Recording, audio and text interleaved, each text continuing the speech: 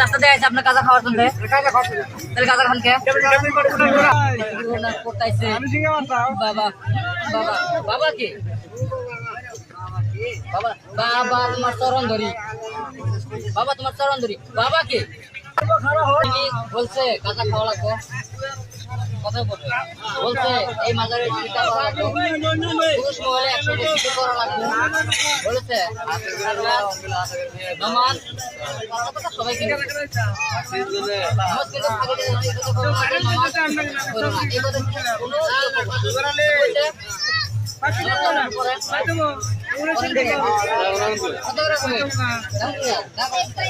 নামাজ পড়া মানুষ কাঁচা খাওয়া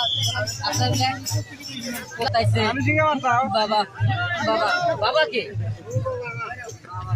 বাবা বাবা তোমার চরণ ধরি বাবা তোমার চরণ ধরি বাবা কি বাবা আল্লাহ আপনার বাবা আল্লাহ। নাউযুবিল্লাহি মিন যালিক। সম্মানীয় ভিউয়ার্স, বিষয়টা আপনারা জানছেন। আপনাদের সম্মুখে একটা বিষয় নিয়ে আমি আসছি, আশা করি ধৈর্য সহকারে শুনবেন। যেহেতু আমি চাইছিলাম না যে বিষয়টা আলোচনা করে, যেহেতু পাবলিসিটি হয়ে গেছে, সবাই জানছে। কারণ আমার একটা হাদিস স্মরণ আছে যে মান সাতারা মুসলিমান সাতারাল্লাহু মিনাল কিয়ামা, কোন মুসলিমের যদি দোষ ত্রুটি ঢেকে রাখে আল্লাহ সুবহানাহু ওয়া তাআলা কিয়ামতের দিন সেই ব্যক্তির দোষ ত্রুটি ঢেকে রাখবে। তবে যেহেতু পাবলিসিটি হয়ে গেছে আর এই বিষয়ে ভাবছি যে আমার নিজের থেকে ব্যক্তিগত কিছু মতামত তুলে ধরা প্রয়োজন পড়ছে ভাবছি। তো দেখছেন একটা বিষয়, শুকুর আলী সুন্দর একটা প্রতিবাদ করছে, যদিও আমি তার সব বক্তব্য সমর্থন করি না। এই বক্তব্যটা স্পেশালভাবে আমি সমর্থন করছি, কারণ সেই কাজটা হয়েছে একজন উলামায়ে কেরামের কাম।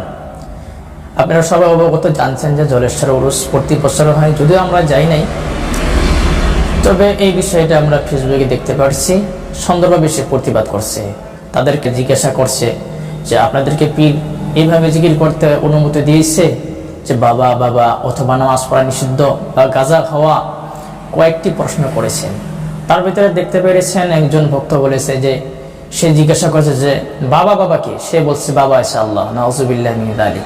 সম্মানীয় ভিউয়ার্স, প্রত্যেকটা বস্তুর একটা সিস্টেম আছে যে বনী ইসরাঈলদের আগে, অর্থাৎ রাসূলুল্লাহ সাল্লাল্লাহু আলাইহি ওয়াসাল্লামের আগে যে নবী ছিল, তাদের সম্প্রদায়গণ নবীকে ভালোবাসতে বাসতে এমন স্তরে উঠে গেছে যে নবীদেরকে আল্লাহর স্থানে বসাইছে। যেরকম ঈসা আলাইহিস সালাম, ঈসা নবীকে তারা আল্লাহ সুবহানাহু ওয়া তাআলার সন্তান মিলা তারা মানছে, ওর জন্য গোমরাহি হয়েছে।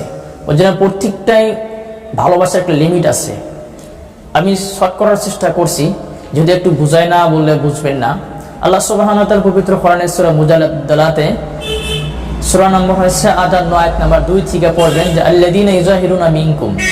অনেক বড়, আমি আয়াত পড়ছি না, তবে ব্যাখ্যাতে যাচ্ছি। ইউযাহিরুনা অর্থাৎ বুঝাইছে যে কেউ যদি নিজের থেকে ব্যক্তিগতভাবে যদি বানায় কাউকে ভালোবাসে, তার পরিণতি কি হবে দেখেন। বলা হয়েছে যে কেউ যদি বলে, তার নিজের স্ত্রীকে বলে যে তোমার পিঠ আমার মার মতো, নাউযুবিল্লাহি মিন যালিক, সেই ব্যক্তিকে প্রথমে বলা হয়েছে যে একটা দাস মুক্ত করতে হবে, আর তা না হলে ফামাল্লাম ইয়াজিদ ফাসিয়ামু শাহরাইনি মুতাতাবিআইনি মিন ক্বাবিলা ইয়াতামাসসা, তাহলে তার রোজা রাখতে হবে, 60টি রোজা রাখতে হবে।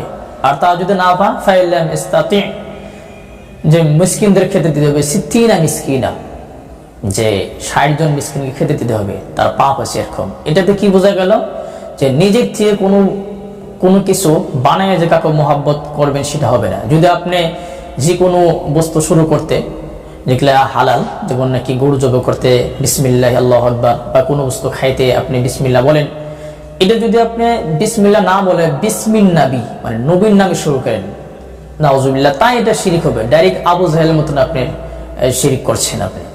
ওই জন্য সম্মানীয় ভিউয়ার্স, আমাদের ঈমান এবং আমলের প্রতি লক্ষ্য করা প্রত্যেকটা মুসলিমের জরুরি।